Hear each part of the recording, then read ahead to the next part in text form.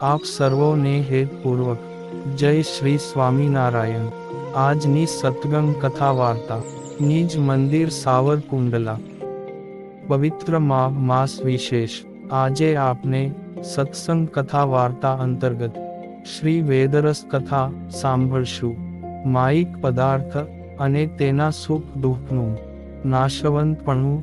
હે પરમહંસો, જેટલાંકાંગી પદાર્થ કાર્યકારણ સહિત છે તે સર્વે મનને વિશે છે અને મન ભ્રાંતિ રૂપ છે અને અણછતું દુઃખદાયી થયું છે।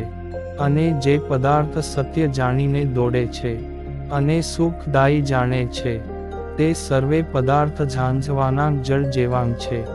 જેમ ઝાંઝવાના જળને દેખીને મૃગલાંગ દોડે છે પણ તેમાં જળની પ્રાપ્તિ નથી થતી, તેમ મૂર્ખ જીવ પદાર્થને સુખદાયી જાણીને પામવાનો યત્ન કરે છે પણ શાંતિને નથી પામતા। શાંતિ તો એક શ્રી કૃષ્ણ નારાયણના ચરણારવિંદને વિશે છે। હે પરમહંસો, ઇન્દ્રિયોના જે ભોગ છે તે સર્પ સરખા છે, જે ઇન્દ્રિયોના વિષયના માર્યા થકા જન્મ મરણને પામે છે તે સારું ભોગ ને જગત સર્વે ભ્રાંતિ માત્ર છે, એક નારાયણ સત્ય છે। અને એ ભોગને વિશે જે આસ્થા કરે છે તે મહામૂર્ખ છે। એમ પદાર્થ સર્વેને નાશવંત જાણીને વિચાર કરવો જે એ સર્વે આગમાં પાય છે, અસત્ય છે તે સારું જે પદાર્થ નાશવંત છે તે પામવા જોગ નથી। પામવા જોગ તો એક શ્રીમન નારાયણ છે। તે કારણપણા માટે હે પરમહંસો, જેટલા પદાર્થ સંપદા રૂપ ભાસે છે તે સર્વે આપદા રૂપ છે। એમને વિશે લગાર પણ સુખ નથી।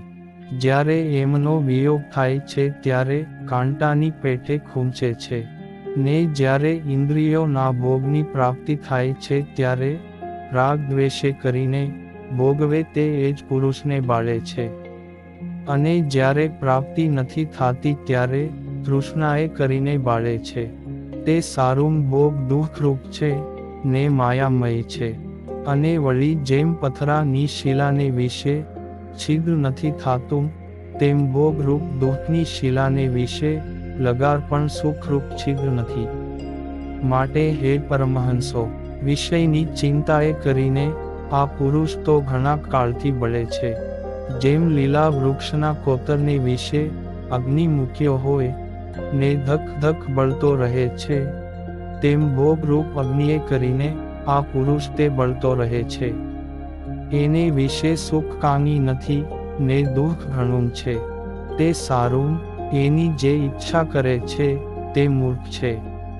અને વળી જેમ ખાઈ એટલે કે ખીણ લીલા તૃણે કરીને ઢંકાણી છે, તેને દેખીને મૂર્ખ મૃગલાંગ દોડે છે અને જ્યારે તેને ઢુકડાંગ જાય છે ત્યારે તે ખાઈને વિશે પડે છે અને દુઃખને પામે છે।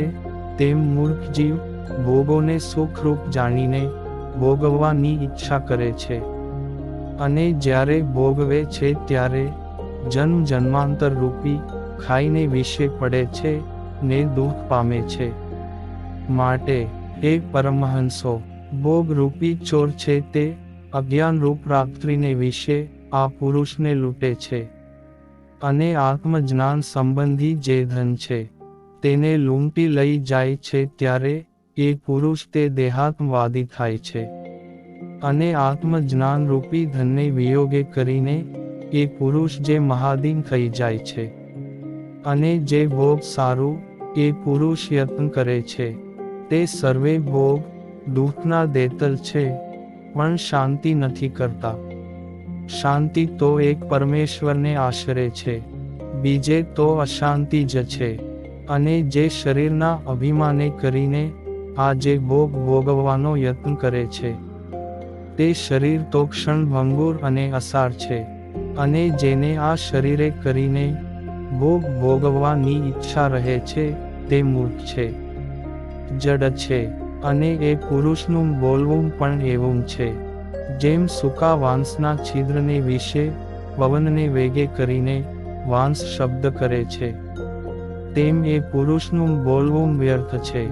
માટે હે પરમહંસો, થાક્યો એવો જે વટે માર્ગુ, તે જે મારવાડ દેશના માર્ગની ઈચ્છા નથી કરતો, તેમ આત્મજ્ઞાનને અર્થે પ્રવર્ત્યો એવો જે મુમુક્ષુ, તે ભોગને દુઃખરૂપ જાણીને ભોગની ઈચ્છા નથી કરતો, અને આ જે લક્ષ્મી છે તે 15 અનર્થની દેનારી છે. અને જ્યાં સુધી એ સંપત્તિની પ્રાપ્તિ નથી થતી ત્યાં સુધી એને પામવાને પ્રયત્ન કરે છે.